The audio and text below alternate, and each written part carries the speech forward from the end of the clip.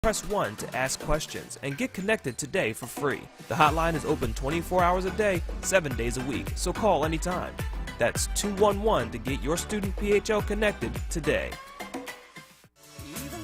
Hey love, sincerely Sarita here, host of Save Space on WURD Radio. It's officially sweatshirt season and you know I got you covered. Start or renew your 4WURD membership today using the code SAVESPACE and you'll receive a free WURD sweatshirt valued at $35. Hurry, sweatshirt season ends November 16th. Head to WURDradio.com/join now to start or renew your 4WURD membership today. Be sure to tune in to Save Space Monday through Thursday from 7 to 9 p.m. right here on 96.1 FM, 900 AM.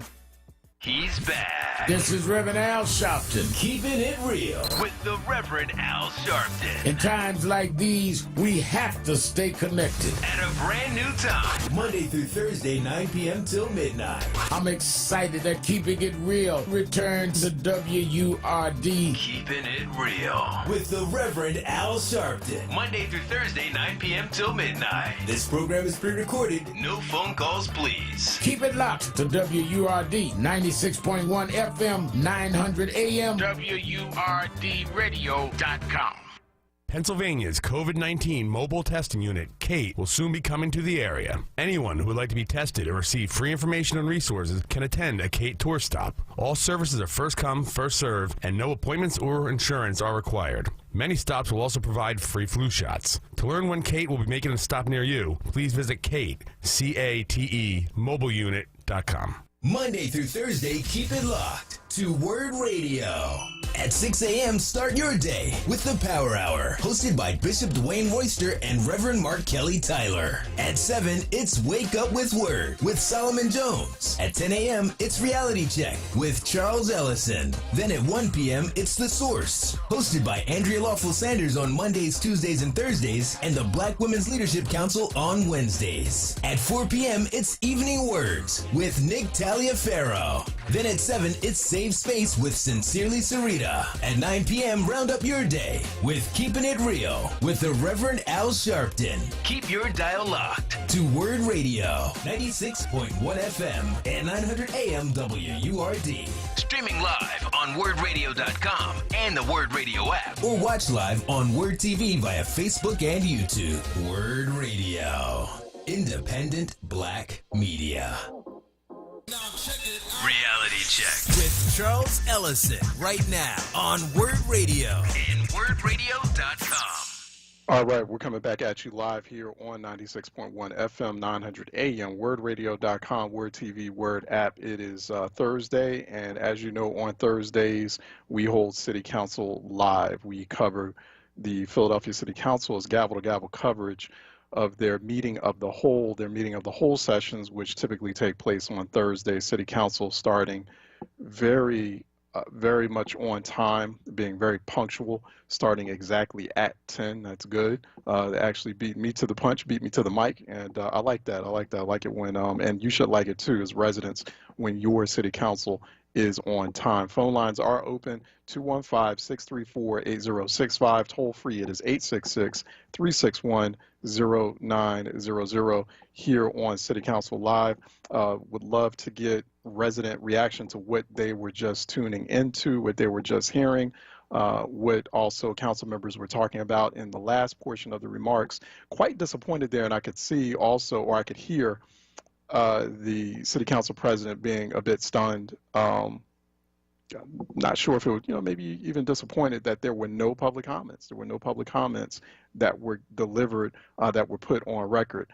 So just a reminder here, and I'm glad that the City Council President took that opportunity to tell people about the process for submitting comments or providing testimony publicly during City Council sessions or Committee of the Whole sessions. So nobody providing it, like, okay, so I guess, once again, this goes back to the conversation I was having earlier about, people having all sorts of issues with what's being done in City Hall, or the types of decisions that are made in City Hall, or the types of decisions that are not being made, or the types of issues that are not being addressed in City Hall. And so we have two issues here. One issue is, we have three. One issue is low voter turnout. People in Philadelphia expecting change in terms of local governance, on local issues and local challenges that we're all dealing with. But then the voter turnout is low. Voter turnout barely hits 30%. Sometimes it barely hits 25% in these local election cycles. So you can't expect any change in City Hall if you're not voting at high levels, if you're not voting at 60% or above. Let's say that, because Philadelphia hit a 63-64% voter turnout mark, which is good. Personally, I would have preferred, the way everyone was frustrated over the past several years now. Trump this, Trump that, like, should have been 70-75% or more in the city of Philadelphia, but that's another conversation. But it's got to be at those levels if you're going to expect a much more responsive city hall, if you're going to expect a much more responsive mayor, a much more responsive city council. Keep it at 30% below. You're going to get basically your city representatives, your city elected officials just simply checking off boxes. So that's first. But the second issue, the second challenge here is that city council won't know. Like, I remember, what was it, like 2 or 3 weeks ago, we had a city council session where a bunch of people called in, sounded fairly middle class, fairly white, residents of Philadelphia, calling in, having issues with, which, to me, as someone who grew up in North Philly, and to many folks who listen to WURD, this might have seemed like the least of Philadelphia's problems, but there were, zoning issues in Society Hill, or zoning issues throughout Center City, but it was an issue important to them.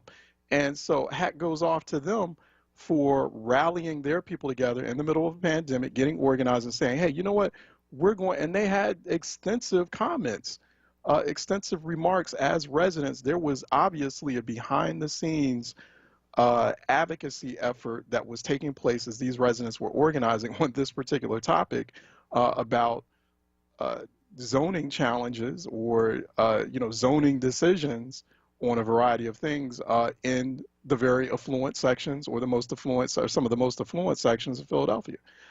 So if, for example, I hear people upset about the violent crime rate in Philadelphia, particularly those folks in Philadelphia who are living in vulnerable communities, already economically distressed communities, communities that have been hit harder by pandemic, by permanent unemployment, by high food insecurity rates. Now they're dealing with the violence 40% above, or the homicide rate 40% above where it was this time last year. We have about 428 homicides thus far in Philadelphia. I didn't hear any remark on that, by the way, in City Council today, because that should be like a daily thing commented on by anyone in City Hall, and that we should be hearing that weekly when we have City Council Live. Like, that should be always referenced. Like, hey, y'all, we've got a gun violence epidemic going on. I mean, in addition to the pandemic, but 428 homicides, like, for real, and you're not going to comment on it. But where's like the public comment on that? Where's the public comment? People are dealing with pandemic. People are dealing with rising cases, infection rates everywhere, and especially inside the city of Philadelphia.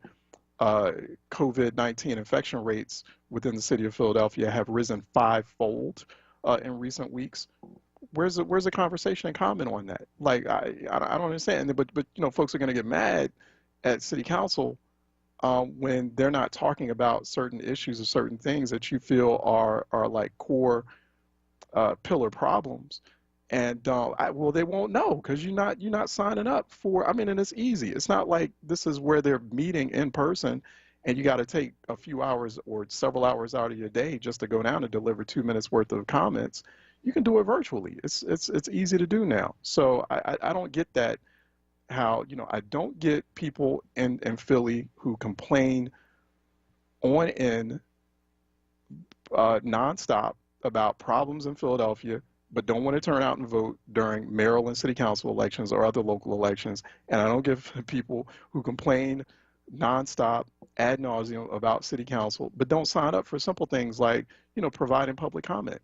That should not be. It should not be where we have a city council session and there's not at least a few people who are volunteering as residents to give a few minutes of their time and saying, hey, you know what? We here in this particular section of the city are hurting, city council, and we need you to do something about it. Or we notice these particular resolutions, or we also noticed a lack of certain resolutions on this particular topic, and we want you to address it. We want you to talk about it. So we're participating here in public. That's what the public. That's one of the reasons, one of the benefits of that public comment time. And there should just be no excuse. There should be residents out there. I can't do it because I'm here anchoring and hosting City Council Live, so I got to cover this for you. I got to kind of follow what's going on. But you can do it. It's 1.6 million residents who are out there, and I know the vast majority of those residents have issues, have problems with what's unfolding in Philadelphia. Philadelphia has always been a troubled city. You can't tell me that there's people out there, that there's no people out there who are who are concerned enough to provide comment, during that public remarks period in City Council. I was just, kind of stunned. I was just really disappointed, and it's frustrating. So, we'll just do more what we can do to try to put the word out. I do understand, part of this also, the blame of this, the fault of this goes on Philadelphia City Council too, and the city's elected class. It's got to do a better job to make those vehicles of communication more accessible. That is an ongoing problem. People, I hear this all the time, and I don't know if anyone in City Council, whether on staff or any of the members, are listening to this broadcast right now. They may be, they may not be, but you all have got to do a better job in City Council, like in terms of the communications vehicles and like helping people, kind of holding people by the hand and guiding them through the process. I'll do what I can too on this end, but guiding us all through the process of exactly what it is you're talking about. Maybe there needs to be a, difference, because I've heard this complaint from a number of folks who are listeners of City Council Live, where they're like, they don't know what's going on a lot of times, based on the format, where, numbers of bills are being rolled off in very rapid machine gun fashion. I don't want to, maybe I should use it, let's say, in just rapid fashion. I don't want to talk, use the word gun in a joke, but it's being delivered in very rapid and machine-like robotic fashion by the city clerk, and he's doing his job, and others, and they're just rolling off these numbers. But it's like the way things are formatted, and then you go to even open communication vehicles like, for example, Philadelphia City Council's Twitter thread, which sometimes I'm looking at, and the listeners can't keep up. And they've been complaining. They're like, well, what are these bill numbers? What is this? I'm trying to figure it out. Can you help us? Can you help translate it for us? And we're trying to figure that out too. Trying to create some kind of smooth infrastructure here on Reality Check City Council Live, where we can help people access that more. First stop for everyone to go to is phlcouncil.com. Highly recommend going to that on a regular basis to keep in track. But sometimes I'm finding that there's lags and updates on key pieces of legislation, or there's sometimes they'll know, the clerk will know, or will have a record of bill numbers that they'll be discussing or deliberating on, or that they'll vote on in second reading and passage for that day. But then, you may have city council members who suddenly, are coming up with new resolutions. So today they came up with some new resolutions, didn't have numbers attached to them. That may not have been in the council clerk's notes. So, we just find out about those that hour, that day of that city council session. So obviously there's some kind of disconnect, because then, you see the lag, like I'm going to, and we're going to talk about some of these bills, by the way, but like when I go to the Philadelphia City Council Twitter feed now, this was, the last tweet was an hour ago, and it was about Kendra Brooks, Councilmember Kendra Brooks' resolution honoring Kindred Arts and Little Giant LGC on the occasion of Monumental Tour's public art exhibit in the city of Philadelphia. But I know that there was a whole bunch of other resolutions and bills that were introduced on much more relevant and much more consequential topics. But we don't see that. So obviously there's a lag. I mean, come on, Philadelphia City Council Twitter, whomever's overseeing that Twitter feed, catch up. You got 17,000 followers. most of them in the city of Philadelphia, you got to figure out some kind of system to to keep that Twitter feed, like during the council committee, during the session of the whole, keep that update, because I think it's a wonderful way. They'll start off real nice, and they'll be on a flow, at the start of the session, but then it just drops off. And I know as I'm listening, and I'm taking notes, I know as I'm listening, I know that different, and I can't catch everything because it's going so fast, because I'm only human. But, so I'm kind of like, okay, I'm doing the best that I can, and I'm also trying to follow Philadelphia City Council's Twitter feed. And so I'm hoping, okay, well, maybe they seem to be keeping up with it. Well, so a lot of times they're not, like not completely. So it's kind of like half done. And so I don't know if they're even going to update the rest of the resolutions that were discussed, or that were introduced, or that were passed. Like, for example, I don't see, there hasn't been a tweet that's updating the passage of that resolution that we talked with Councilwoman Jamie Gautier about yesterday, about the resolution where City Council would be formally was just issuing a formal apology to the city of Philadelphia for what happened in 1985 with the bombing of the Move House, and the impact on that neighborhood and the loss of life there. So, it's just it's a work in progress. But everyone's going to have to do better. It's a collaborative effort. Residents are going to have to do better in terms of getting more involved and speaking up and being, and accessing or taking advantage of these open channels of communication with City Council. Take advantage, leverage those moments. And it's also incumbent upon folks like me. I trust me, I'm thinking of this long and hard. I got to figure out a way. Some sort of infrastructure, because it's personal to me, because I've been seeing it since growing up in this city, and it's always bothered me. That's one of the reasons I got involved in politics in the first place, because it just always bothered me how the city's elected class just thought it was acceptable to be so distanced or detached from the people, from the residents of the city of Philadelphia. And I noticed it, and I noticed how it bothered the residents, and how it definitely didn't work to the citizens' benefit. And so it's incumbent upon me. I got to do some extra work here and just try to figure this out, because I take this role seriously, as anchoring City Council Live, to help guide you all through it. So trust me, I'm figuring this out. And then 3, like, City Hall's got to do a better job. Like, figure out easy, accessible, user-friendly ways to connect people to this process, so they can understand what's going on. Because the less they understand what's going on, I know I got one call. Hold on one second, Gary, because I know Gary's going to definitely second what I'm saying here. The less people understand it, and this is once again for City Council if they're hearing, figure this out. Figure that you got to figure it out. It's not rocket science, because it just makes your job easier. I'm just trying to make your job easier. I'm trying to make I'm trying to do what I can do to make Philadelphia residents' lives easier, as best I can, and because I already know it's hard. And I'm also, honestly, it's coming from a good place, because I'm like trying to figure out a way. Okay, well, how can I contribute to make Paul's job easier? Because I'm all about good governance, good smooth governance. This is not good smooth governance when people don't understand how that governance happens, how it operates. I'll give you an example. So, I worked inside the office of 3 consecutive mayoral administrations in the District of Columbia in Washington, D.C. So I know how this works. I know how it works on the local legislative process. And many times I will play the role of a liaison between different agencies within the mayor's office, or different cabinet members within the mayor of D.C.'s office and the D.C. City Council. And when you look at DC City Council, you go to their website, like, they make it, it can be done. I mean, I've seen it with a big city council. They do a really good job of making their process and their layers of governance accessible to your average DC or District of Columbia resident.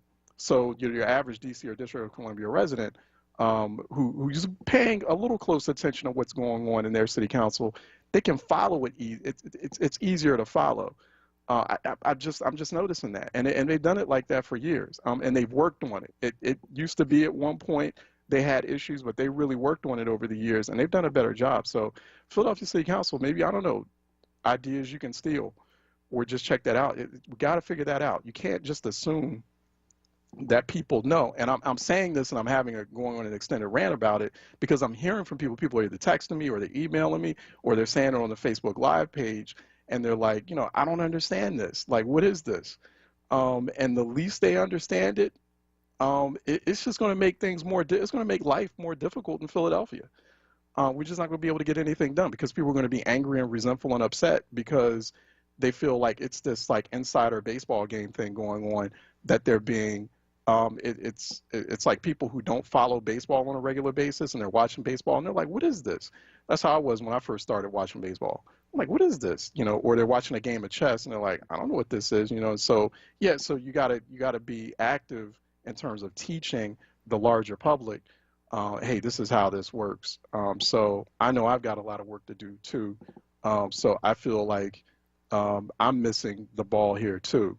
So, maybe we can all work together and kind of be more on point and more on the ball so people can follow what's going on. Let me go to Gary out of Southwest, who's calling in for a reality check. Gary? Hey, Charles. How you doing, man? Hey, what's happening? Hey, I heard you. I was listening to you, and I didn't have a chance to really hear the city council hearings this morning.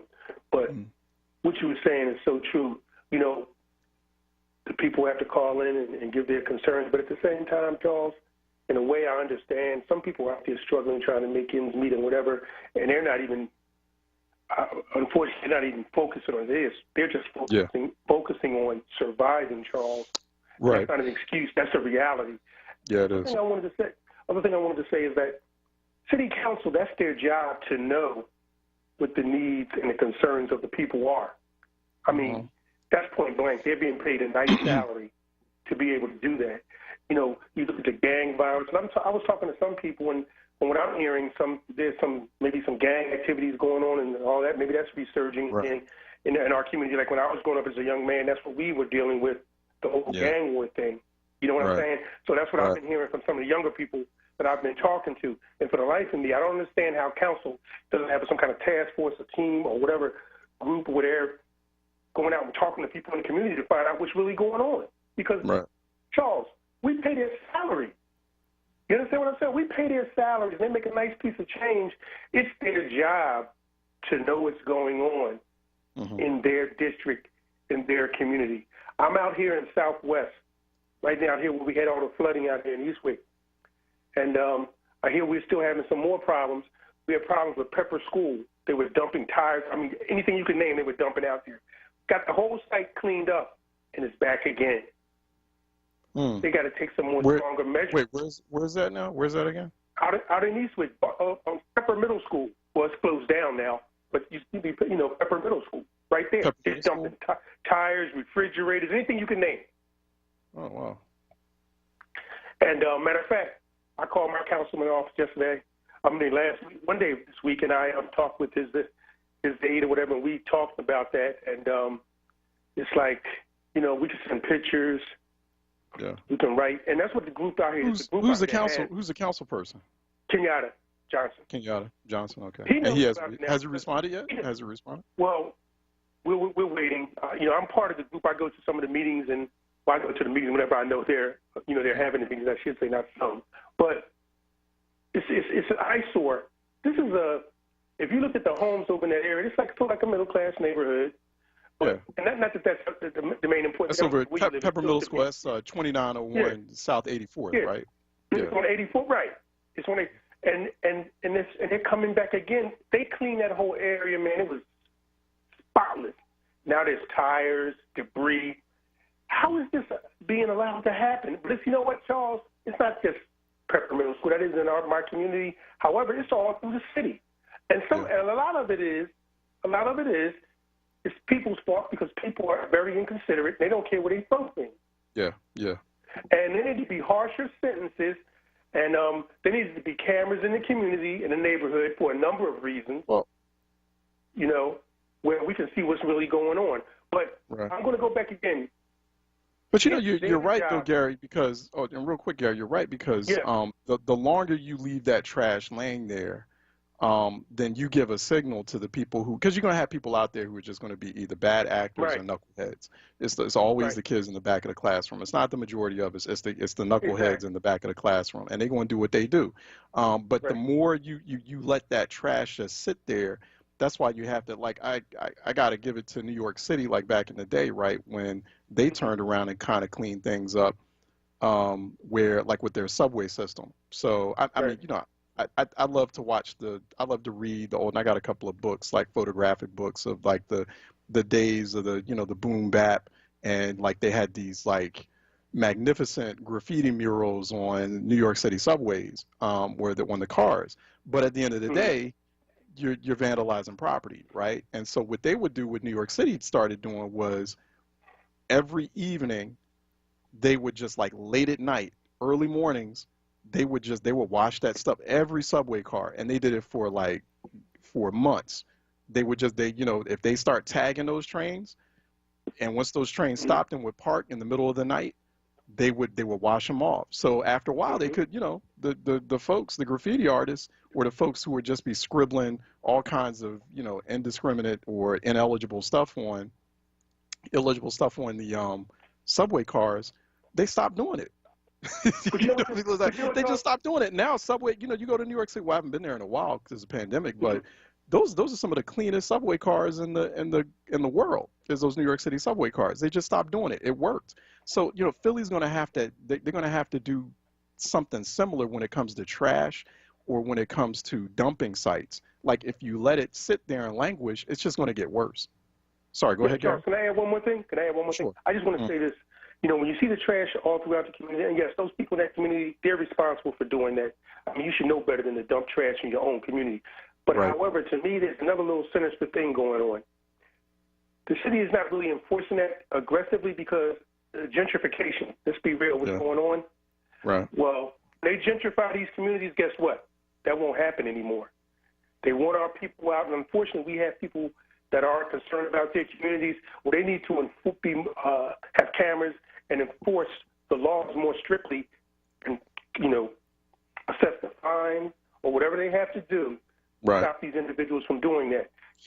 Hey, Gary, before you go, yes, you said you had pictures. You sent pictures. Can you send those same pictures to us? Okay. Yeah, just email it. Yeah. Yes. Okay. No, seriously, email it, like, as soon as you get a chance, because I want to tweet those out. cellison@wordradio.com. Seriously, email that as soon as you get a chance, and then we'll tweet it out, and then we'll see. Huh? Say that email again. I'm sorry. Cellison, CELLISON @wordradio.com. Okay. Just email the pictures, and then we'll tag it on Twitter. We'll see if we get a response from the councilman's office. See if they can get it cleaned up. It's got to get cleaned up. So you can't. And for example, I got to let you go too, Gary, because let me take these other calls. They just showed up. But for example, there's a linkage between pollution, and more specifically air pollution, and breast cancer. You had council members like Councilmember Johnson, Councilwoman Bass, Councilwoman Park. You know, they were all talking about, like, how, and they should talk about it, how big a problem, how, yes, breast cancer incidents are on the rise in Philadelphia. Well, there's already, like, all sorts of scientific evidence and studies out there that have made a linkage between high pollution, and especially bad air quality, and also indoor air pollution, outdoor pollution, toxicity, PCBs, and lead in the environment, and increasing rates of breast cancer. So you can't be concerned about breast cancer if you're not concerned about pollution in Philadelphia. If you're not actively finding ways to mitigate or eliminate pollution in Philadelphia. Because if you're not actively eliminating, in your position or capacity as an elected official, as a policymaker, if you're not actively eliminating or finding ways to make air quality, water quality, space quality better in Philadelphia, you're not helping that issue with breast cancer. You're just not. You know, actually, you know, the worse it gets, the worse the cancer rates gets, because the direct linkage has already been made, which is why, hence, we had to get rid of that Philadelphia Energy Solutions refinery, for example. All right, let me, it's all linked, it's all interconnected, and people have to think holistically like that. Let me go to George out of Center City, calling in for a reality check. George? Brother Charles, how you doing this morning? How you doing? Charles, you keep sounding like this is your first year here. It's not. trash is not a priority to the administration. Understand that. It better be. What better be and should be and ought to be doesn't make it happen. Yeah. You know, Carlton Williams is one of the best, street commissioners we had. But when that's not a priority to the people on the second floor or the priority of people in the municipal service building, it doesn't get done. If you go in the most expensive area in Philadelphia, you see people dumping trash. Okay? It's like tons of trash. These developers, these people who do clean outs, all they do is clean them out and go dump them on a lot. They get so they dump them under bridges. They dump them on Broad Street. They don't care where they dump it at. And it takes them a while to get to it. Okay? So you're wasting your time. That's just a dead horse you're beating. Let's get to council. You know why council make it complicated? It makes their job easier. This whatever they call this thing, this stifle, or what they call it when you're watching all this here on TV, whatever they call it. You know, that's the best thing that ever happened to council. They don't have to do nothing. They sit home, have a backdrop like they somewhere, and, chew the fat. They might as well do a conference call because they do it afterwards. And this would be the next election should be the easiest election to get who you want out of office, because all you got to ask them, what have you done? They can't tell you nothing they've done. They don't go to the community meetings. Very few council people go to the community. They're getting fat, lazy, and sloppy. I mean, you got a few of them in there coming in hollering and screaming, making like they're doing something, doing nothing. This is the worst council. You got 17 council members, and 10 of them not even qualified to work in a fast food place. If they got fired out of council today or tomorrow, 10 of them couldn't get a job doing nothing in McDonald's or any other fast food. And you know that, Charles. You very nice to them because you know them just as well as I and others. People call up there, they be thinking these council people, man, believe me, the days of them treating you decent and respectful and looking out for the little guy, they'll promise you everything and give you nothing. How many of them's office can you go to and really get service? None. No, let me take that back, 7. There are only 7 decent council people there that will try to service you. And you know what the answer is in the end, Charles? Well, ain't nobody in their office, so, it ain't much we can do. You can't get in City Hall. You can't get in municipal service building. All you can do is call 311 and hope they can hook you up with somebody. As far as all that there, this game they play every Thursday, they come on there and acting like they're doing so much. They give you a bunch of bills with numbers, and you can't understand nothing unless you're in government. Nothing. All this about free rent, they're going to give you that's a lie. The city's not in the business and can't, because if they paid one person's rent, they would have to pay everybody's rent, meaning that you would have to pay those $3,000-$4,000 apartments in Center City, all them condos. And you know who will walk away with the money? Alan Dom, because he owns most of the apartments in Center City. So when you get to talking and thinking, think about your person that you elected to represent you. And the people that's getting robbed the worst is West Philadelphia. It's a shame. They're getting, all that they gained, they have lost. They got $152 billion worth of work there, Charles, which you have the paperwork there and you read it and seen it yourself. Minorities get nothing now, 0, the number before 1. So the next time they get to hollering about jobs and this and that, well, African Americans had an opportunity. They don't have that opportunity now because it's all white. So be careful what you ask for, as I always say. You get what you get, and it costs you sometimes. Okay, Charles? But remember that. That's why they do what they do in council, because nobody understands it. If you understand that language and you don't work for government or you're not in council a lot, you can act and play it and fake it like you understand, but you don't really understand what council's saying because they don't even understand themselves. You ever notice there's always 17 to 0 numbers? They don't even know what the bill is they voting on. They just know they vote yes. It's a lot trying to follow it. I'm telling you, as someone who, like I said, I've worked closely with a city council, kind of liaisoning between a mayor's office and the city council's office. I have to admit, like Philadelphia City Council, it's, I don't know if if it just happened that way or if it's deliberate. We're kind of speculating here. I have my opinion on it, obviously, but like y'all hard to follow, and that's a problem. And it's a recipe for more frustration, more angst, And if it's not fixed, particularly in a time where you have like this pandemic going on and all this economic meltdown, it becomes one of those ingredients for social unrest and social instability. I mean, I just full stop on that. At some point in the future, I'm not saying that that's going to happen now, but just keep it up, and that's what happens. So it's absolutely critical. To George's point, you have to make this stuff crystal clear. You have to, as bodies of governance, you have to make it crystal clear.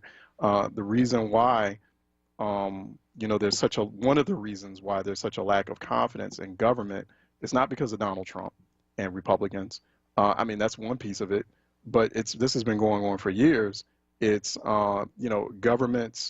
existing governments or governing institutions' inability or unwillingness to communicate with the people and communicate in very clear-eyed ways, in clear-eyed terms. Communication is half of it. George, I gotta let you go. Let me go to break. Also, just want to remind folks, if you want to continue supporting WURD Radio, Philly's Black-owned Black Talk radio station, and actually the only Black-owned Black Talk radio station in all of Pennsylvania. Just remember that now through November 16th, get a free WURD sweatshirt when you join or renew your membership. So use the code SAVESPACE, as in the new show, Save Space, hosted by Sincerely Sarita, Monday through Thursday from 7 to 9 p.m. Go to wordradio.com/join now and use the code SAVESPACE to represent Black Talk Media in Philly and beyond today. All right, George, I'm going to let you go. Let me take a break. We got Abdul Jabbar out of West Philly. Hold on. 215-634-8065, 866-361-0900. Just holding court here. Got open phone lines during our Thursday edition of Reality Check at City Council Live. Let's take a break and we'll be right back. Hey, WURD family. Our friends at Amoroso's Baking Company are hiring right now. Amoroso's has been baking the delicious bread in our community for over 100 years, and they want you to join their team today. The old and the young love Amoroso's, and they are hiring right now. Check it out. They offer fair pay and provide health, dental, and prescription plans after 90 days employment. Call 856-754-0355 or visit amorososbaking.com for details. What's up, Philly? It's Solomon Jones. The school year is underway, but never before has that experience come in so many shapes and sizes. Is the education of your child being left to a smattering of clumsy, in-person, and virtual instruction? The COVID-19 crisis has created a market for untested virtual teaching models lacking true credibility. Maybe it's time to reconsider and check out Commonwealth Charter Academy. Here are the benefits to your family. 1. An online education provided at no cost to you, complete with laptop, headset, and help with internet access. 2. Partnership with the market leader in cyber education with a nearly 20-year track record of world-class learning. 3. Delivery of a safe, reliable, and comfortable education experience over the internet directly to the confines of your living room. Visit ccaeducate.me today and discover the gold standard of cyber education. That's ccaeducate.me. Listen to Laborers Live. We created the weekend. We created the 40-hour work week. We just want enough to feed our family, be able to send our children to college, and let our next generation do better than we did. To people that might have forgot how important unionism is in a country like the United States. People now infringing on our 8-hour workday, kind of work people more than 8 hours without overtime, kind of work people without benefits. In the long run, everybody's getting a fat paycheck except the worker. So this is really a wake-up call for America. The struggle is continuous. Tune in to Laborers Live every Friday from 4 to 5 p.m. Sponsored by LESIT, the Laborers Employers Cooperation Education Trust of the Laborers District Council of Philadelphia and vicinity. Local 332, Sam Staten Jr. Business Manager. Local 57, Esteban Vera Business Manager. Local 135, Dan Woodall Jr. Business Manager. Local 413, James Harper Jr. Business Manager. The Laborers District Council, Ryan Boyer Business Manager, and Tony Staten, Executive Director of LESIT. This is WURD Radio, 96.1 FM and 900 AM WURD Philadelphia. Black Talk Media. Reality Check With Charles Ellison right now on WURD Radio and WURDradio.com. All right, welcome back. Let me go to Abdul Jabbar out of West Philly calling in for a reality check. Abdul Jabbar, what's good? Good morning. Hey, man. Oh, good afternoon now. Can you hear me? Yes, sir, I can hear you. Okay. There's a couple of things. I'm glad that you did make the comment about, the community's lack of participation in city council. And the idea that, when there are affluent communities and they have an issue, they're rallying together in order to make sure their concerns are being heard and that their needs are being met. I just want to give WURD their props for, just raising people's awareness to give them the information. And I myself am one of the people that started attending city council because I was listening to WURD. And you guys give us enough information to give us the opportunity to make, good decisions. And also today, I believe I heard something in reference to a bill being passed that would make it illegal to ask to run a person's credit for a job. Did you hear that too, Charles? Right. That's we had talked about that weeks ago. Councilwoman Sherelle Parker. I appreciate her introducing that bill because that is a problem. That's not just a problem in Philly. That's a problem all of it. We reached out to we reached out to the majority leader to have a conversation with her about it. I really am looking forward to having a conversation, but for some reason it couldn't work out on her schedule because I wanted to invite her on to talk about that because I think it's really important. She had introduced a resolution putting a stop to employers credit checking potential applicants or potential or prospective employees. Like that's something that we should not be penalizing people based on credit scoring, or penalizing people who are looking for a job. It's like how you expect them to get a job or to be able to pay down the debt or to be able to resolve the credit if they can't get a job because you're credit checking them constantly. So my hat off to Councilwoman Sherelle Parker for introducing that. Hopefully she's listening. Hey, I wanted to talk to you about it. I hope you can find time on your schedule for us. But go ahead, Abdul-Jabbar. Yeah, I just wanted to give her those props too because a couple of weeks ago we were beating her up for co-sponsoring that bill to push back the tax abatement for 3 years. Tax abatement reduction. So I wanted to give her the props for the progressive legislation, just like I did with State Representative Jordan Harris. So I appreciate those type of things, and I appreciate what you do, brother. Keep it up. Okay, we're gonna do our best. So if anybody, and I'll put just making a mental note because as I was thinking about it, thanks for mentioning that too, Abdul-Jabbar, because I think that's really important legislation. If something like that can pass in Philly, hopefully it catches fire in other places, other cities and states as well. But really, wanted to talk with the councilwoman about it. I like it. I like it. Philosophically, her and I are on the same page about that. So I think that, and it's a real problem. It's already a crisis. It's been a crisis before and during pandemic, especially for Black communities. And so I think that, definitely she's on the right track with that. Can we talk about it? Just want to ask, so we can have an opportunity to expound on it and spread the gospel about it. Let me go to Maurice out of Southwest, who's calling in for a reality check. Maurice? Charles, I heard your monologue earlier about saying why the people are not interested, but I was going to cover that, but I think George did a better job than me because obviously when you go to these meetings and you don't really get a chance to say what you want to say, and then Darrell Clark says, well, we're not talking about that right now. That stops a lot of people from joining in. You know what happens because you're right there. Mm-hmm. First of all, we should be city council should be open for people to speak their mind about their neighborhood. Right.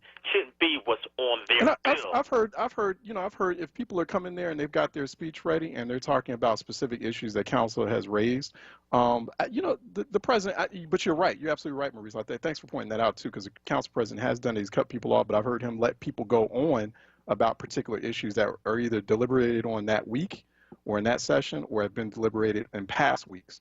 Or it should be before city council where they heard something in a committee meeting. So it can be done for people but you're absolutely right. I mean, that is something that folks have to navigate. Go ahead. I'm sorry. Well, Go ahead. Well, the only time Darrell Clark lets somebody talk about something because he already has the answer to it. But when you want to ask him about something, like if someone was to come up there and say, listen here, how come you don't have Nesby or the police commissioner here when we talk about this murder in Philadelphia? He'll cut you off.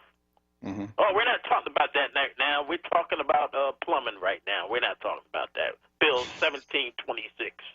Yeah. And sit you down. And then Yeah. have his stooges stand up and give you the look like, if you don't move, we're going to pull you down. Well, still to this point, I mean, technically, and thanks for like the reminder on this, Troy. At the end of the day, during those sessions of the whole, I mean, you have moments, and this is where we just all have to do a better job of keeping track of like the city council meetings and for the different committees on different types of bills and everything. The public comment is for bills. It's specifically related to bills or resolutions that are being like deliberated on and are supposed to be passed on that day. So, but there were plenty of things to talk about, based on the resolutions we heard. So it's just something we're going to have to find a way where people are organizing around those resolutions and then they're participating in that part. But go ahead. But the thing I'm trying to say is, Charles, it's not working, okay? It's not. You see the system is broke. It's not working. It's not working. Most people, they don't want to go down there, sit around when they did have open and wait. But the most important question of all for each city hall person that comes on this show from council or whatever, why is there only 2.5% before COVID black business in a city that's over 40% black? Why is that even? How is that even possible with all you Negroes sitting up there on city council? How could you let that happen? Yeah. That's the big thing right there. That's why people are so disgusted right now because of the nonsense. Come on. Let me ask you, Maurice. What do you think? How should we do it though? How do you think we could do it to make that better? At least like, okay, well, let's start with the public comment thing because I think you're right. I think you point out a good. All right, I think you point out that is a problem. You should have a segment for bills, and then you have a segment for open city council problems. And if I wasn't so messed up right now, I'd be calling them out by name. Like like the caller before me said about the Cheryl Parker bills that she wants to delay the abatement. That's the most important thing in the world is our children's education. You can't let nobody slide for that. I don't care what they do. Yeah. Dude, that's serious nonsense because that's your next mayor. And don't act like you don't know. That's your next mayor right there. She's been set up for the post. And the problem is we keep letting city council pick who we want to be mayor, and we keep having the same problem because it's coming from the same cesspool. We need outside influence. We need somebody from the outside that's not in city government to be the mayor. Yeah. Because it's just going to be the same recycle. Look, when he talked about earlier, he talked about not having tasers and all that. How is the police department not prepared with their officers in the top city in the country? Huh? Yeah. How is that even possible? That's not an excuse. That's corruptness, or that's just plain unbelievable that police officers, especially in a black neighborhood where we're worrying about being shot, they don't have no other method to handle the problem but pull their gun out. Think about that. Think about how serious that it blows over people's heads, but that is a serious problem. And the first city call meeting, they should say everybody gets a taser. We're going to sign an emergency bill. Every cop is going to have a taser. Put the order in now. But no, that's not even discussed. Right. So look, I'm getting too angry, so I'm going to get out before I say a curse word. Thank you. All right, thank you, Marisa. No, I appreciate that. But no, we have to figure out a way. Marisa's right. Overall, the system is broke. Institutions like the Philadelphia City Council are not having productive conversations or productive interface with the residents. Full stop on that. We know that the system's broke. So for things like public comment, where it's free, it's open to the people, it's open to residents, what are some ways that we make that portion of the city council session of the whole accessible to the people? Now, as far as it making it an open-ended, this is very good point that someone's pointing out here, making it like one big open-ended public comment period where you can just comment on everything. When I do think about that, we have to just think, okay, well, that has to be structured too. It has to be structured. It has to be uniform. It has to be practical as well, because we don't want like suddenly in one big session of city council, like most of the time is taken up with like 500 people showing up just to talk about anything that's happening in the city, because that becomes a time issue. And then suddenly people, you don't want, like you just were talking about, Maurice, you don't want to be standing in line, whether it's virtual or in person, waiting to speak your piece, and you only got 2 minutes to do it. So I think keeping the public comment period during the city council sessions as a whole, keeping that in place. But the city council has two things it has to do. One is we have to do this here too at WURD, figuring out a way to remind the public that, hey, this public comment period is here. This is how you do it. And now I'm thinking about, maybe I need to do a vignette or something, or a radio spot, like a commercial, a PSA on WURD that says, hey, this is how you sign up for public comment period for city council, and this is what this entails. So that's one, getting the information and the awareness out. Two, communities, this is also some responsibility on the communities. There were resolutions, ordinances that were being introduced today that or pieces of legislation that were being deliberated upon that the city council members had notified people about, or the city council had notified the normal media or public channels, so that information would get through to people weeks ago. So, just like those people from a few weeks ago in Society Hill who organized and rallied and made sure that they took up that public comment section talking about their needs, and that's what they should have did that. That's the way you're supposed to do it. Other communities in Philadelphia are going to have to follow suit and do the same. Okay, so like, for example, what was the resolution 200607 that passed today, calling on the Philadelphia Police Department and Department of Behavioral Health and Intellectual Disability Services to increase reliance on trained behavioral health providers when responding to 911 calls in order to properly identify. So there was a little bit, Councilman Bill O'Neill had expressed some reservations about a clause in that bill, but he ended up voting for it. And but basically that was compelling Philadelphia police to rely on mental health services when they answer calls like what happened to Walter Wallace Jr. That resolution passed today. There should have been public comment on that, right? So, communities, it's incumbent upon the council members to let their constituents know, hey, we're introducing this bill, but it's also incumbent upon community groups, it's incumbent upon us, there's media, it's incumbent upon the communities to keep track of what's going on. We have to figure out a way to fix that, because obviously it's broken, because I was expecting a whole lot of public comment on that. We didn't have any today. Let me go to Loretta out of Mount Airy, who's calling in for a reality check. Loretta? Yes, good afternoon. I have a question and a comment, but the first question is simple. Well, I don't know if it's simple, but it's just short, but the comment is long. So the first question is, I was listening to the morning show at 6 o'clock, and they were talking about progressive moderates. No, they were talking about progressive Democrats and moderate Democrats. And, I don't know what the difference is. I'm a Democrat. Now, my comment is, people keep talking about gentrification. I'm a senior citizen right now, but I remember when my mother, we were living in North Philly before we moved to North Philly. She was an adult and working in North Philly, in Strawberry Mansion. She said it was all white. So she was working there, and she said it was an all-white neighborhood. And then I met this Jewish woman on this part-time job I had. She said she went to the same high school that I went to, and she was at my mother's age. She was like 40 years older than me. She went to Williamson High for girls. That was all white. And, okay, what other area? So that was North Philly used to be all white. Williamson High was Williamson High for girls was all white. Germantown, when I moved into to Mount Airy, my neighbor who was 2 generations older than me, she said it was all white.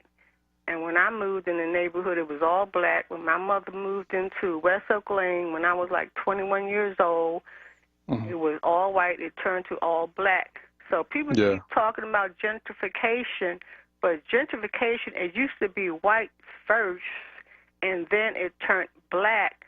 And I was told that the realtors are the ones to determine what the neighborhood is going to look like. And when I moved into Mount Airy, like 30 years ago, when I bought this house 30 years ago, there were a whole lot of black store owners, and some of them still live in the neighborhood. So now it's like the Chinese or Korean people and the Puerto Rican or Costa Rica people and the Palestinian people. All of them are owning these corner stores right now. So what's happening right now is the white people want to come back, because on my block now the white people want to come back, and I think that's what's happening with this so-called de-gentrification. The white people wanted to leave, and now they want to come back. Yeah. And a lot of black people, if you're like real old, like if you're in your late 80s or 90 years old, you'll understand that the neighborhood used to be That's true. white. It's been a lot of changes. Let me, and Ms. Rutter too. Let me. No, this is a very good point. You're right. Like even the neighborhood I grew up in, years ago, that was before all the black folks took over that block. It was mostly Jews and mostly Jewish folks and even some Irish.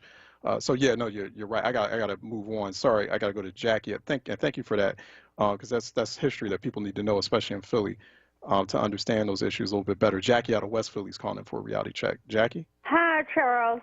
I emailed you at the end of September about a property that's around the corner from me that has become an illegal dump site. I saw that. You and you emailed Curtis Jones's office. Curtis Jones's chief of staff, Josh Cohen, told Jeff Sarah, assigned it to Jeff Sarah to take care of, and Jeff Sarah emailed Tom Sweeney at L&I, and I have sent 2 more emails since then. I sent one to on Monday. So they haven't taken care of it yet? No. And I sent all of the emails to, oh, shucks, I just got confused. The Deputy Commissioner of the Department of Licenses and Inspections, Alan Dom, and somebody else. Because I responded back, and then also, we tweeted it out and tagged, Councilman Jones' office. I know you did. So I didn't, I just automatically assume, hey, you got a trash pile there, and I've been copying you too. If you go back and check your emails, you will see that I've copied you when I followed up. And you did, I am noticing that. Yeah, nothing has been done. All right. Let's keep if Councilman Jones or his staff is listening in, you can't talk about you trying to, you cannot actively be in city council each week or every day in these committee sessions or whatever, or you're talking to your constituents and you're saying, oh, hey, you know what, we got to do something, for example, about the violence in Philly. Well, then clean your damn district up. Environmental violence. Clean your damn district up. Okay. Like, when residents call you and they're like, hey, I got illegal dumping going on in a spot, that's a breeding ground for vermin. For the environment. It's bad environmental quality, and it's a breeding ground for more violence. You just send you not cleaning it. I don't know how much I have to emphasize this to elected leaders or political leaders in the city. The more you let this trash lie around and you ignore residents when they are going through the correct channels, letting you know where these illegal dumping sites are, the more you let that trash linger, you are in a indirect way contributing to, first of anybody dumping there is contributing to it as well, but you're indirectly contributing to the constant violence in the city. Full stop. Clean it up. If the city is going to want to see any kind of progress as far as these high homicide rates and the violence in the city, clean your city up. The science is there. You can reduce violence when communities start getting together and when elected officials are more responsive and clean their blocks up, clean your streets up, clean the mess outside your house up, dispose of your trash properly. you reduce violence. People cannot call into this station. Members of city council cannot be railing about or venting about how violent the city is and how, Philadelphia Police Department is not, has a bad homicide closure rate and all of this. And you're not actively helping residents clean the streets up. Streets Department, do your part. Clean this stuff up. Clean the city up. And people, Philly people, please. It's just like I was talking about with the mask thing, where, people half masking and the nose sticking out. Like, stop being trifling. It's too many people out there in Philly being trifling and letting your city get trashed up. Clean it up. Even if it's not your trash, but it's in front of your house and it's manageable, get your neighbors together or whatever, clean it up. It's for the betterment of the city. It's not just so it can look good, it actually keeps you safe. Y'all cannot come on here complaining about the violence and how bad it's getting. Well, of course it's going to continue to get bad because the people who are perpetrating the violence, they're like, well, they don't care about, they leaving trash out. The city council people, they're not responding to the residents. I hear the residents are calling city council people about these illegal dumping sites, and the city council people don't even care. So they must not care about the people's well-being. So we can just go ahead and continue to wreak havoc on these neighborhoods. I'm telling you, like the science, the evidence, I keep telling people the science, the evidence, everything. They've done studies upon studies upon studies. The research is all there. We've proven this time and time again. And the cities who react accordingly or put together solutions based on that science are the cities that win. These are the cities that win when it comes to these issues like violence or rising gun violence. It's just one of the easiest things to do. I'm sorry, I didn't mean to take up that time. Ms. Jackie, thanks for, let me go to Jamila out of North Philly. Good morning. Hi, good morning. How are you doing? Okay, no, we're in afternoon. So good afternoon. Good afternoon. Charles, you know what? I want to dispel one myth before we go too far along. I am a historian and a docent.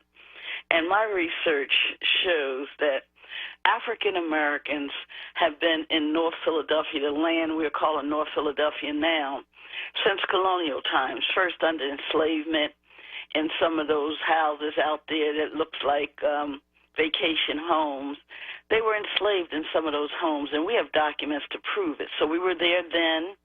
As recent as 1895, in the so-called Charleswood area, you had African Americans build Miller Memorial Baptist Church. I'm sure a lot of people know of that church. It was the mega church of the day. So all we keep hearing about are the riots and who was here before us. But evidence shows that we were buying, not begging, in 1895 and building churches. So, and then we had banks on Ridge Avenue, 1920s and all of that. So please, let's stop and do some research, and so we could be proud of ourselves and our ancestors that they built what we're now calling North Philly. And yeah, it's changing, and we're calling it gentrification because now there's a major influx of investment, but that's not, I don't want to belabor that too much. And also, I want to say this, we deal with environmental justice all the time, and this whole thing of trash all over our communities is almost by design, too. When did we allow people to bring their trash to the corner of our blocks and have sanitation pick it up every week? Like, that makes sense. So it's being used to, like, make our neighborhoods look bad. But meanwhile, see, I'm watching, gentrification is going on. People are coming on the other side, building right next to the trash, brand new houses from the ground up. We're having all kinds of things going on. But I agree with whoever said it, that there never should be a time when we hear city council hearings and never hear a comment period. No one shows up for the comment period. I think people are a little overwhelmed by Zoom and then maybe getting notifications late, dragging on. You know, city council, you know, they kind of tickle like, oh, there's no one to speak. That's rare. They should have found someone to speak about something because we should be speaking at all times. I know the reason why I didn't speak is because I got documents later when the hearing date was over. But now I'll get a chance to speak on final passage. You know what? It's not really that complicated to follow city council and know that, you know, you have a bill being introduced, then you have to have hearings. Then after hearings, then you get a chance to speak on them in that hearing, which is major. For us to miss hearings and then to hear it come out of committee, and then on that second reading and final passage, we get another chance to have our input. I'm very much interested in community participation. Over the years, I've called to this station and encouraged our community, along with Mary Mason, keep your scorecard, and then go down to City Council and see what is going on. It's your tax dollars at work. Your civic duty is required, and you always should have something about what's going on in City Council, from the changing of a name of a street to determining whether you get evicted for not paying your rent in this COVID era. All of that is being decided.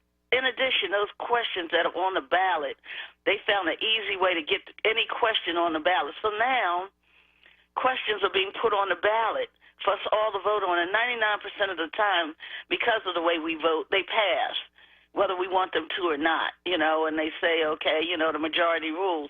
But the majority who vote rules. But we definitely need to follow City Council. I'm encouraging us. It's not that complicated. If you keep listening, along with the breakout from Charles and others, you know, we can do this. We should be speaking at every public forum. In addition, I'm going to give a plug to another public participation forum. The Delaware Valley Regional Planning Commission, Charles, is planning for year 2050. And I'm on this public participation task force, which I encourage others, come join us. Come join us. You know, because it's input about transportation, it's input about trails, input about traffic, like what's going on over there in Cobbs Creek Parkway, you know, the dangerous road that is. All of those things come through a process. And it's always a space for the citizen to have input. And you can't do a whole lot of other things, but you can have input with the affairs of your government. So I encourage everybody to do that. Thank you so much, Charles, for the time. Hey, thank you so much. No, I appreciate you. I appreciate that work too. Yeah, there is. We gotta. I gotta get back on that Delaware Valley Regional Commission. The name too escapes me. And if you get a moment as well, Jamila, email that to me. Because I think you had reminded us about that, or you were talking to us about that, and it's something I want to follow up on among many things I need to follow up on. But C. Ellison at wordradio.com. I'd like to learn more about that. Elias out of North Philly calling in for a reality check. Thanks for calling, Jamila, by the way. Elias? Elias? How you doing? Hey, what's happening? Can you hear right. me? Good afternoon. Uh-huh. Hey, you were talking about people dumping trash in our community, in our own community. Residents doing the, dumping trash themselves when they walk out of a store or whatever.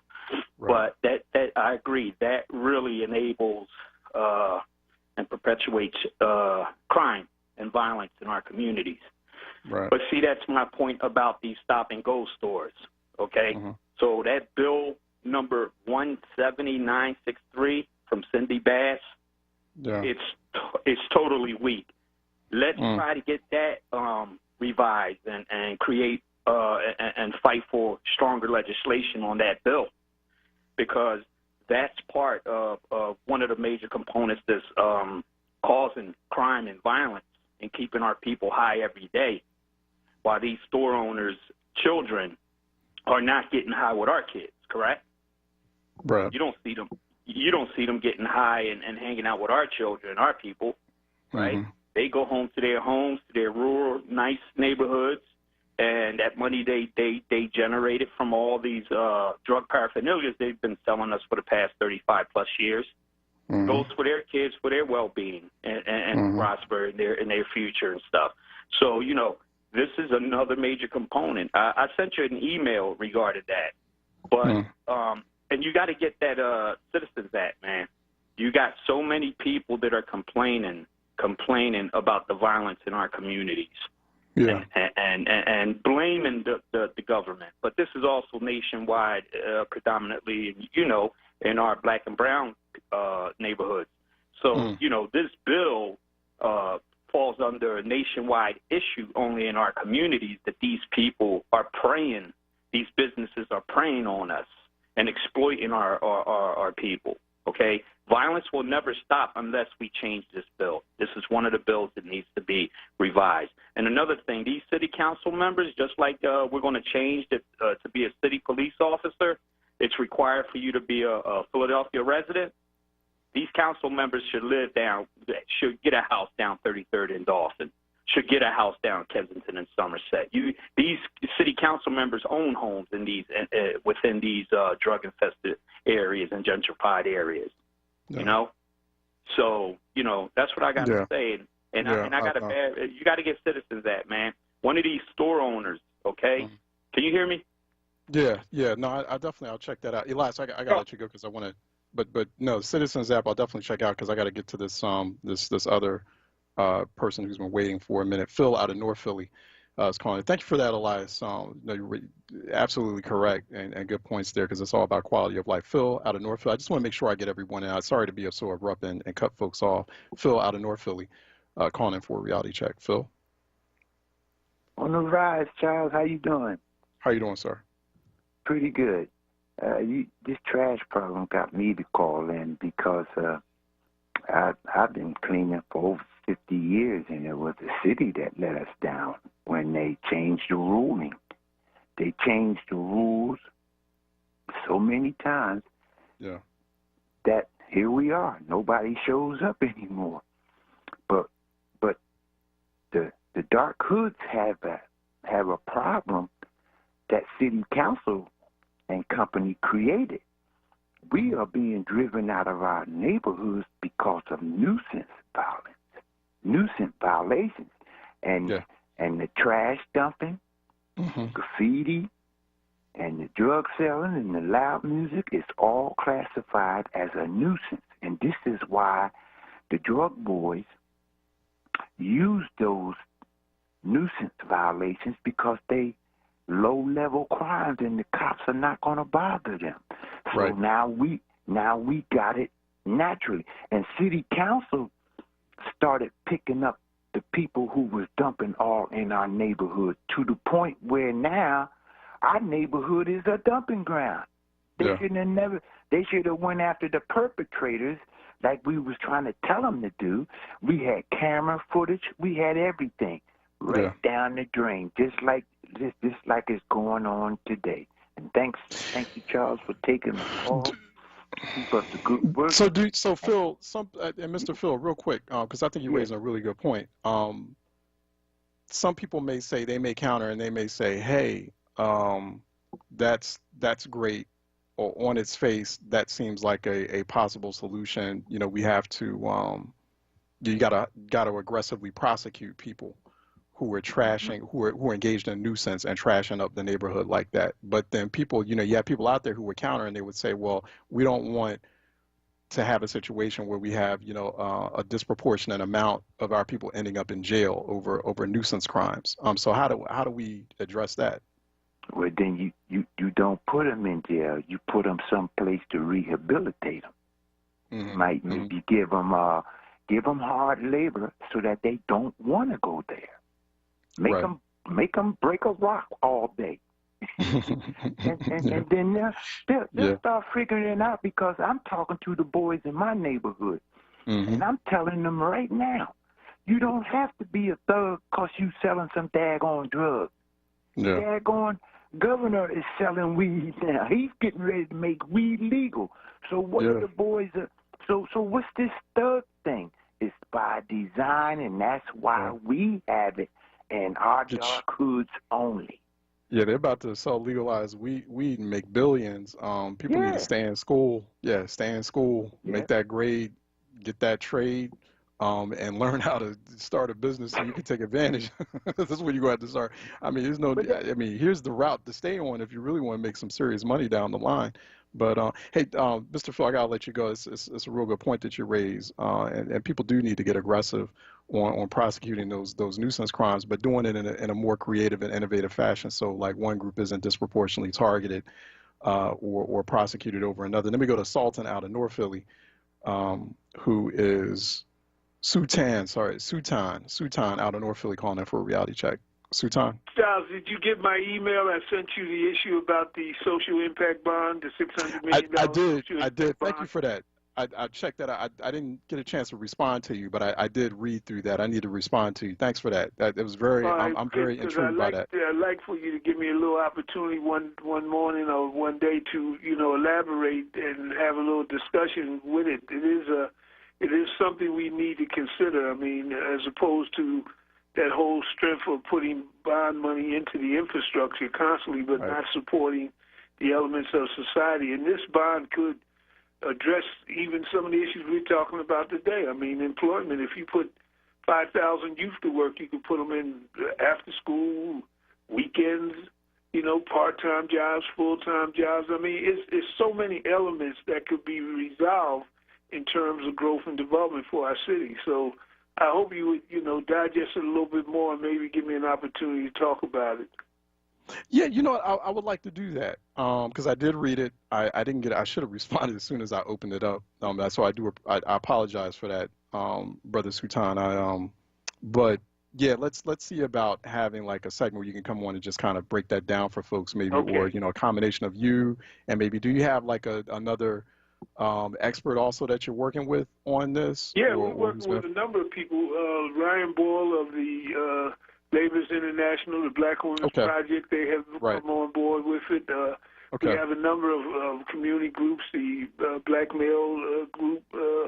It's quite a few people. I mean, we've been trending this idea for a while now, and the hope is to move something towards a ballot question for next year's election if we can push the consciousness of the people on this. I mean, I got literature. We printed up about 20,000 brochures. We're distributing across the city.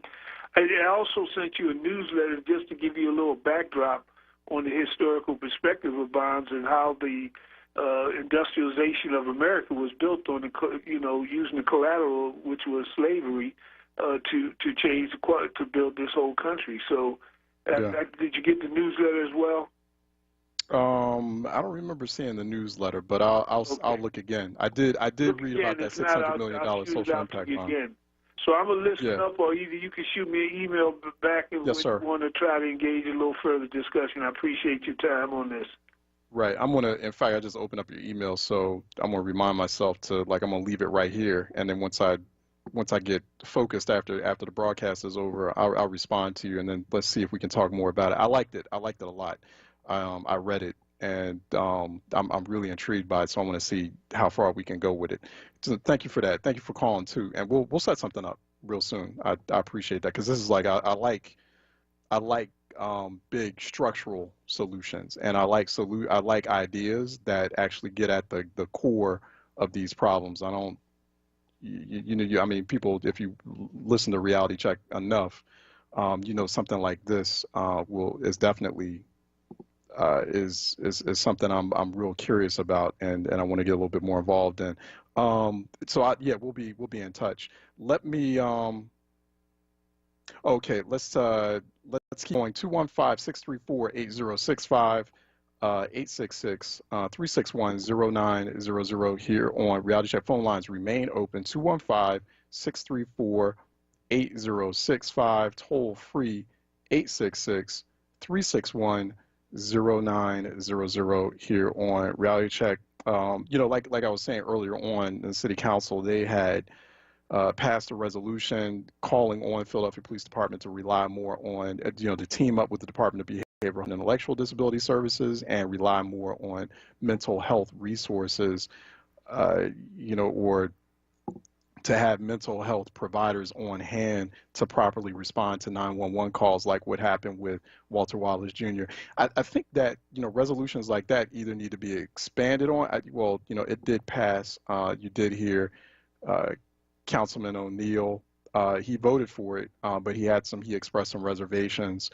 He was feeling like there was a clause in that that had stated that the police who responded to that call did not deploy use of non-lethal tools or non-lethal weapons like tasers, and he felt like that was inaccurate because it's wrong to say that they had a choice of taser when they didn't have a taser on hand. The city police department did not, has not provided tasers to majority of Philadelphia police officers. Now we're finding out in the wake of Walter Wallace Jr.'s death. So that's something to consider.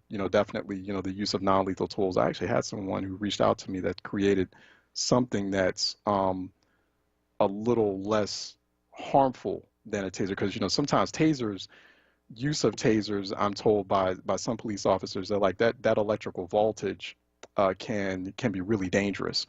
So you have to kind of figure out creating or inventing tools that are more non-lethal or more potentially non-lethal or less potentially lethal than tasers.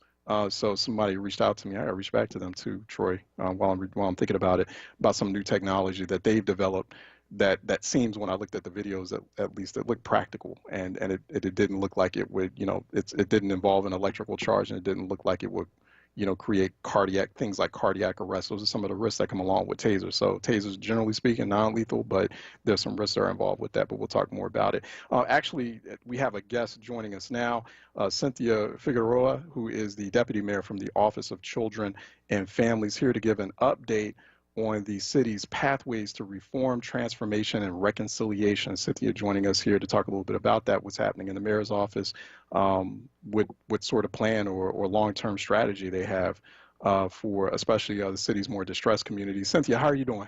Thanks for joining us. I'm good. Thank you so much for having me, and I appreciate joining you on this incredibly important topic. I hope you can hear me okay. Yes, we can hear you just fine. Thank you.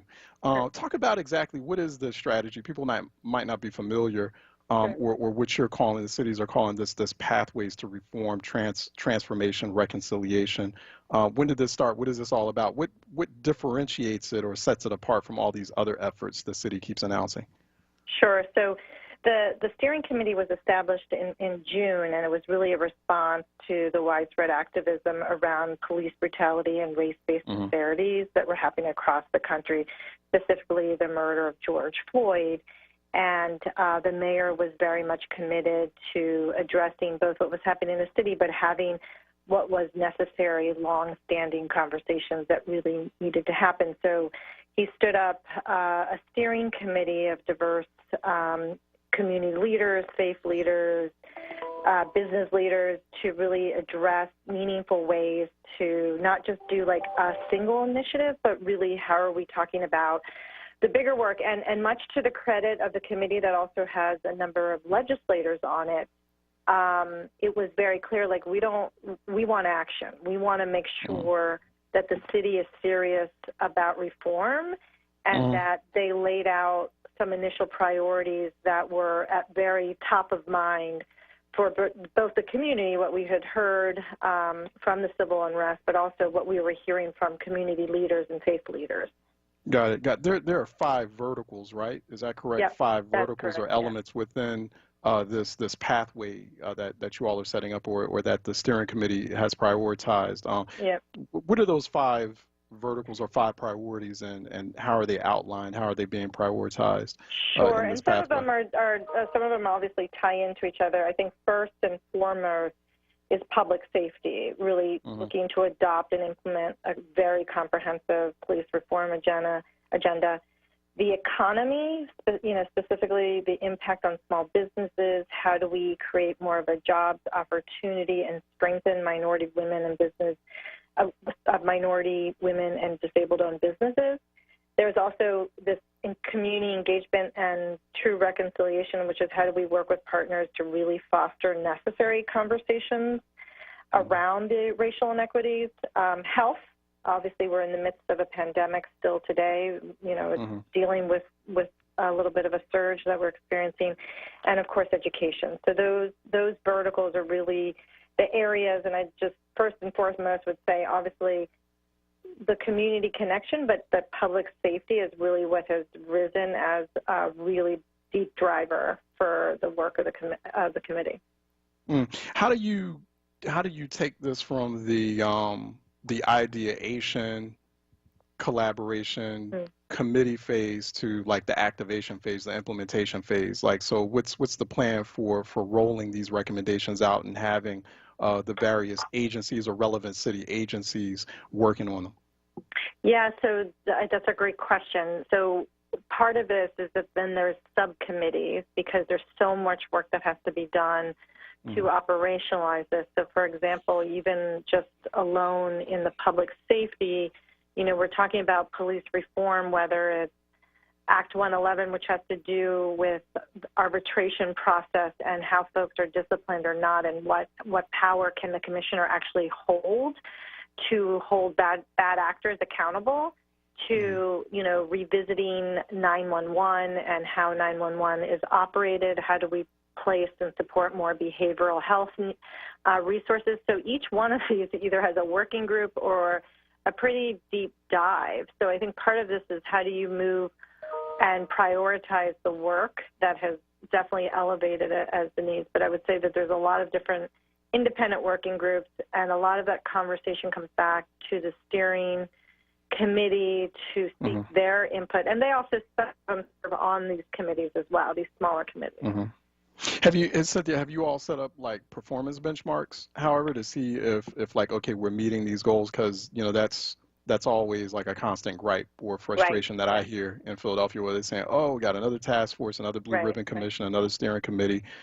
We find out years later that nothing really happened. So how do we set up those? And also, are they public benchmarks? Like, are you going to be actively kind of letting residents know, hey, this is what we have set up. These are the goals that we have, you know, 30, 60, 90-day, quarterly goals that we've set up, and this is how we're going to achieve them. We did achieve them.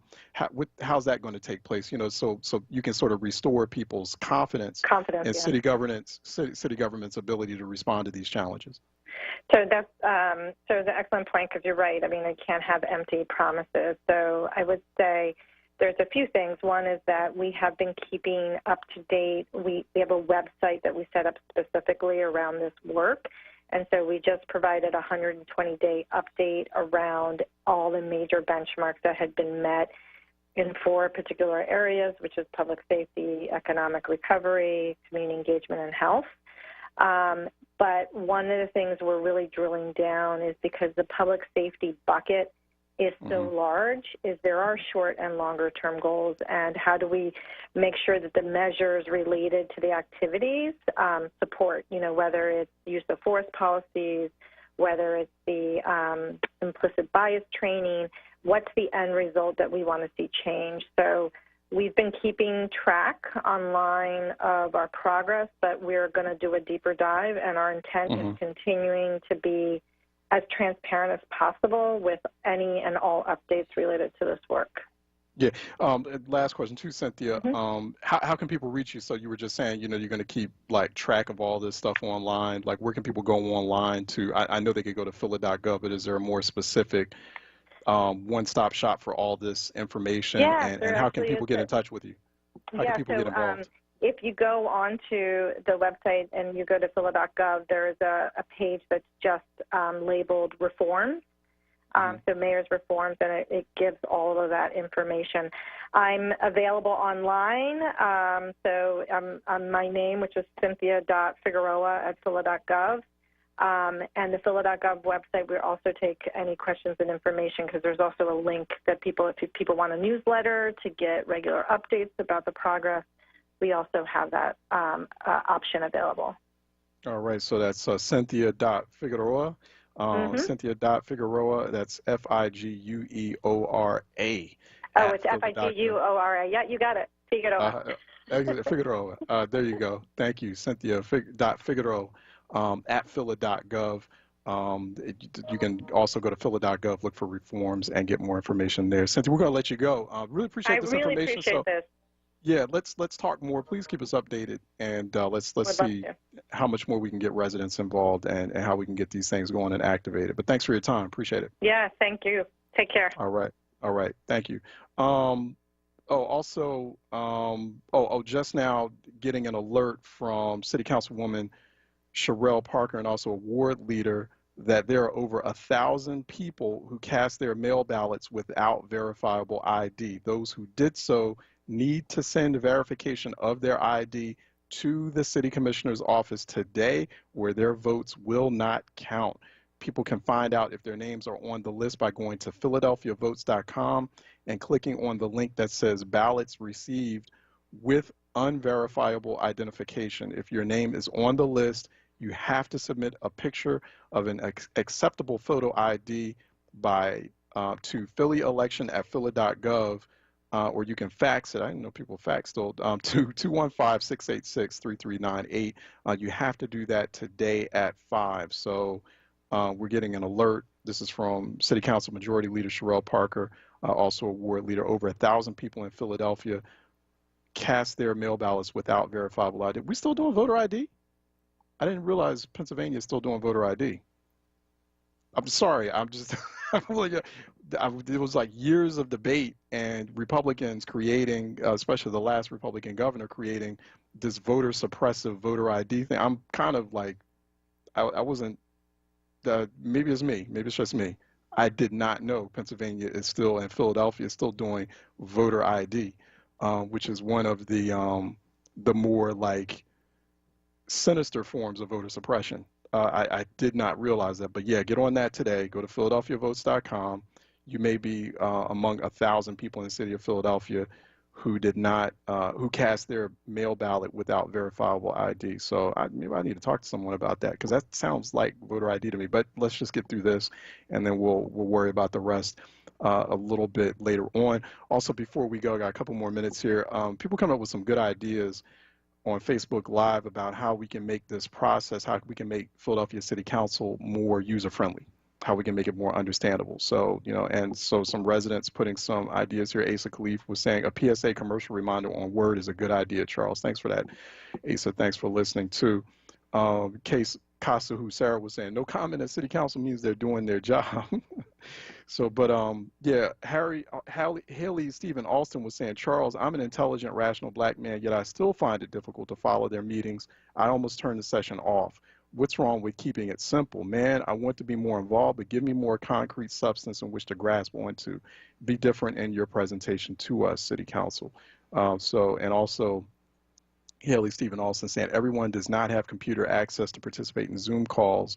These are Microsoft Team calls, by the way, that they do. When all these council-related food distribution pickups happen, great opportunity to have real conversation with everyday folk. Yes, indeed, it is. Michelle Pugh, I hope I'm pronouncing that correctly. Local news stations should also present the upcoming council sessions and pending legislation that ultimately impacts Philly residents. Yes, they should. There should be a one-stop website that should be given to the residents of Philadelphia in advance to what bills and resolutions so the citizens can have input. Well, that's supposed to be phlcouncil.com, but there's not a good, I'll admit too, when I go to phlcouncil.com, not everything that's going to be discussed or talked about in the next council session of the whole is there. It is hard to follow at times, you know, and if you're trying to match it with what you hear on City Council Live, like I'm looking for that too. I'm looking for that from phlcouncil.com, which overall it's a nice website, and they give a lot of information, so go to it. But I am looking for that there has to be a connection between what is being publicly provided in terms of information and what is being talked about. Like all residents and this outlet should have the same, as they call it, cheat sheet that the clerk and the other council members have when they're having those conversations live during City Council Live. So everyone's working off the same page. Everyone should be working off the same exact page, same exact script when the council meets as a whole. So yeah, definitely appreciate that.